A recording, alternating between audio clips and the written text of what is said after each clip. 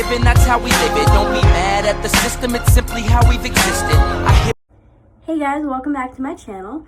So I decided on my channel I'm gonna start a series. I was in an abusive relationship for 3 years, and when I say abuse, it wasn't physical abuse, it was like emotional and mental abuse. If you know what gaslighting is, he basically gaslighted me for 3 years, and it took me a really long time to work up the courage to stand up to him. And it took my dad basically telling me, "You're gonna come live with me," which was the best thing that could have happened. So we're gonna call him Alex. I started talking to Alex on Plenty of Fish. This was back in May of 2013. I liked his profile because we were both cancer survivors and we were both Christians. And we started talking and we shared a couple Bible verses. And then he said he wanted to meet. So we're gonna call her Liz. I probably mentioned her in a couple other videos. But Liz and I met up with Alex and his friend Chad at a bowling alley. And it was fun. Alex said if I got a strike, he would kiss me. I didn't get a strike. My last frame, I got 9, and then it was a gutter ball for the last pin. But when we went to leave, he said he was going to kiss me anyway. And it was cute because it was raining outside, so he kissed me in the rain. And I shouldn't have done this, but when he went to leave, I said, "What can I call you?" And he said, "You can call me your boyfriend." So literally the day we met, we started dating, and I really wish we hadn't. It was good for the first week. Like, everything was normal. There were no red flags or anything. And then 2 weeks in, he starts telling me that he might cheat on me. Now, that should send most girls running. But he explained it. He was with his ex for 4 years, I think. And he was faithful to her the whole time, but she cheated on him. I had dated 3 guys. He had only dated 1 girl, and he wanted to level the playing field, which was such bullshit. So he said, "If I do cheat on you, it's to spite my ex, not you." And I'm like, she's not in your life anymore. What should it matter what she thinks? And he's like, "Well, I probably won't, but if I do, I warned you." I should have went running. I should have realized that was a huge red flag. It shouldn't have gone past 2 weeks, but it did. I think at the time I was desperate to be in a relationship, so I was kind of taking what I could get. Now, I'm going to tell a lot of stories about him on my channel, so I might repeat a couple things just throughout all the videos, but I want to talk right now about when he cheated on me. It started January of 2014. Yeah, 2014. We had both started going to the same school. I was in a campus apartment and he was in a campus townhouse, so I usually stayed at the townhouse with him. And it was the very beginning. I think it was the first night we stayed in the townhouse. He got a message from this girl. We're gonna call her,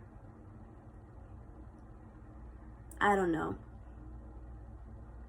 We're gonna call her Erin.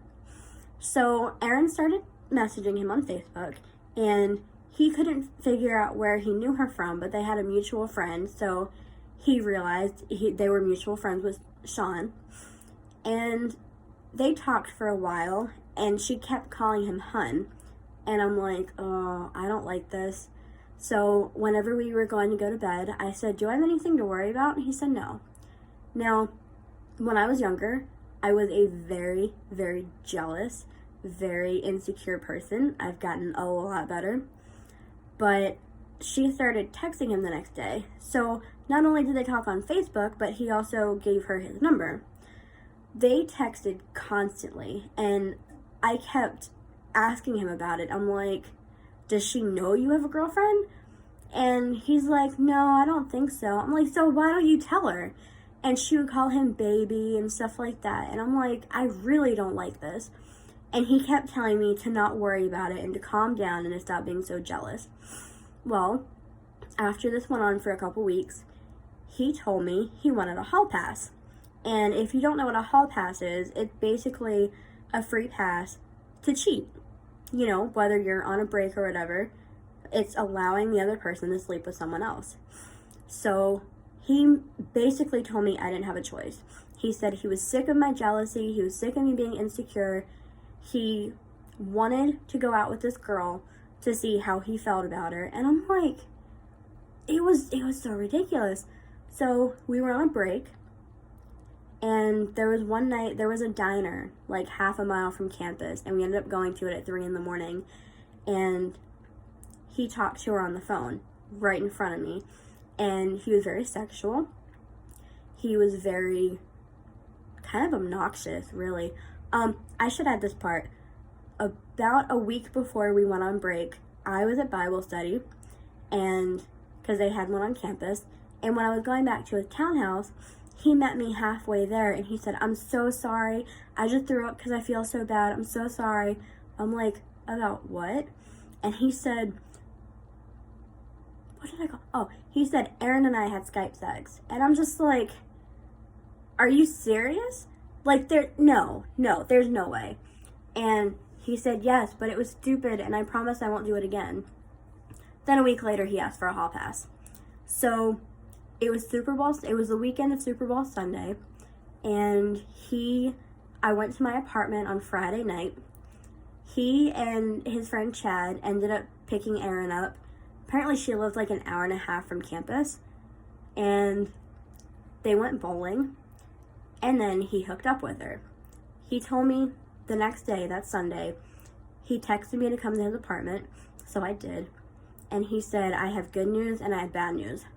I'm like, "What's the bad news?" He said, "I did sleep with her." And I started crying. I'm like, "Well, what's the good news?" He said, "I realized that I want you, not her." And probably my desperation, I accepted that as an answer. And like 2 or 3 weeks later, we got back together. So that was the first time he cheated. The second time, he didn't fully cheat, but let me explain. This was once I lived in Delaware.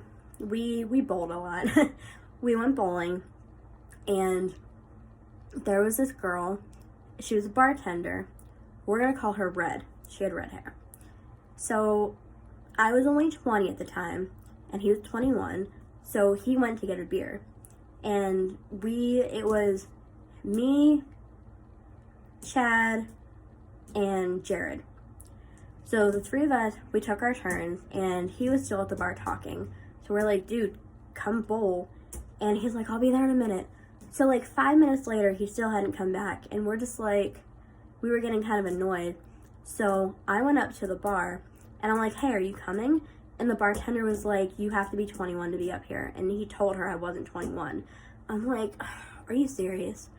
So we waited another 5 minutes, and he finally came back. And then he kept going up to her and talking to her, and they were laughing, and I can only assume they were flirting just because of the way they were talking. So after we finished bowling, Chad, Jared, and I, we took turns playing air hockey and just doing other stuff in the arcade. And I went up to Alex. I'm like, "Hey, I challenge you to a game of pool." And he's like, I'll come over in a minute." 10 minutes later, he still hadn't come over. And I started talking to Jared and Chad. I'm like, this is ridiculous. He's up there flirting with her, and it's like I'm not even here. So on the way home, after we dropped Jared and Chad off, he started getting on my case about being so jealous. I'm like, "You were flirting with her in front of me. What was I supposed to think?" Now, what he didn't know was right before we left, he went to the bathroom. I went up to the bartender. I said, "By the way, I'm his girlfriend." And she goes, "Oh, what an asshole." So about a month later, I had started working at Applebee's, and there was this guy there. We're gonna call him Jack. He was super cute. I think he was 19, and I was 21 at that point. and we talked, and we didn't really flirt, but we laughed a lot. It probably looked like flirting, but I really wouldn't consider it that. And Alex was sitting at the bar, and he kept giving me death stares, and I'm like, oh, shit. So on our way home, he's like, I don't appreciate you flirting with him the whole time. I'm like, we weren't flirting. And he just goes on and on and on. And that night, we were sitting on the stoop. I will have many stories about the stoop, believe me. And he said, you have a crush on him, don't you? I knew he wouldn't believe me if I said no, so I told him yes. And he was livid. So he's allowed to cheat on me, and he's allowed to flirt with other girls in front of me, but I'm not allowed to be curious about another guy, basically. So I want to say 2 weeks later, we were going to go bowling again, but with his parents, and we were walking back to our apartment, and we were living in Delaware at this point. We weren't at the school anymore. We were walking back to the apartment, and I said, are you going to let me go up to the bar with you when you talk to her? And he's like, no. And I said, that would be like me telling you not to come to Applebee's because Jack is there. At this point, we had just gotten back to the apartment, and he slammed the door, but his hand wasn't on the door frame. It was on the window pane, and his hand went through it. I have never seen so much blood in my life. And I ended up going to the hospital with him, and oh my gosh, I don't know if it was the pain meds, which there will be a story about pain meds, but he was rude, and I'm like, I could leave. Like, I don't have to be here. And he had, I don't remember how many staples he got, but it was bad, and it was all because I said something that he probably would have said. So, I mean, I kind of felt bad about it. Okay, I felt bad about it, but at the same time, I'm like, he's the one who lost his temper. I didn't make him slam the door. I didn't make his hand go through the glass, so it was his fault. But, this was about 1.5 years later. I was in the hospital because of bipolar disorder and depression. And I was 20, I think I had just turned 22. No, I was still 21. There was this guy there who, we're going to name him Brad. No, we're not going to name him Brad. Brad's someone else. We're going to name him Buck. So Buck comes up to me, and he goes, so tell me about yourself. So we started talking. I found out he was 18, and I was 21, but I didn't think 3 years was a big deal. So we talked the whole week I was there, and we were inseparable to the point where they moved me to another unit until he left. That was embarrassing. But anyway, we decided that we wanted to hang out. So I called Alex, and I basically said, I'm taking a hall pass, and there's nothing you can do about it. And he was like, oh, I changed, and I'm going to treat you so much better, and all this other stuff. I'm like, I've heard that before. I get a hall pass.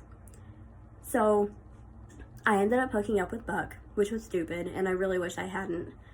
But I felt justified because he had cheated on me once. He had flirted with other girls in front of me. There were several other instances of him flirting in front of me. And yeah, I felt totally justified. We ended up, for some reason, getting back together for a couple months. And then late January of 2016, we stopped dating. There were so many times he threatened to break up with me, which I will get into in other chapters. But, just the cheating. I should have seen the red flags in the beginning, and even though I ignored those red flags, I should have seen the red flags whenever he started actually sleeping with someone else. I should have been like, that's enough, I deserve better than this. But no, I had to be desperate, and I had to try to stick it out. So yeah, that's the time I got cheated on, and that's the time I asked for a hall pass. So, like I said, I'm starting a new series. This is chapter 1. I'm probably not going to post chapters every week. I'm probably going to put in some other videos because otherwise it's so emotionally exhausting to talk about this stuff. But I have a whole list I'm going to fill you guys in on. So, yeah, I post videos every Tuesday, and it would mean a lot if you subscribed, and I will see you next week. Hey guys, so after recording that video, I realized I forgot 2 really big things. The first one, about 3 months after we started dating, he said he was going to the beach. I'm like, okay. He said, we've had this beach trip planned for a long time. It's kind of my way to get back out there. I'm like, what do you mean get back out there? You have a girlfriend. And he's like, well, I was going to see how many phone numbers I could get, and I might hook up with a couple girls. I'm like, are you kidding me? Like, no. So somehow I talked him into letting me go with him. And he said, while we're there, you're my sister. I'm like, what the hell? So we go to the beach. And when we were at the beach house, everything was fine. We were a regular couple and everything. But then when we were outside, he wouldn't even look at me. He wouldn't talk to me, nothing. And he would point out hot girls. So I'm like, I'm going to point out hot guys. And that pissed him off. So it's like I can't win. The other big thing was he told me that my sister, who was 16 at the time, was hotter than me. And that he would gladly sleep with her. I'm like, well, your sister's hotter than you, and I'd sleep with her. And yeah, he didn't like that at all. So yeah, those were 2 things that I can't believe I forgot, but I just wanted to add them at the end. So see you next week.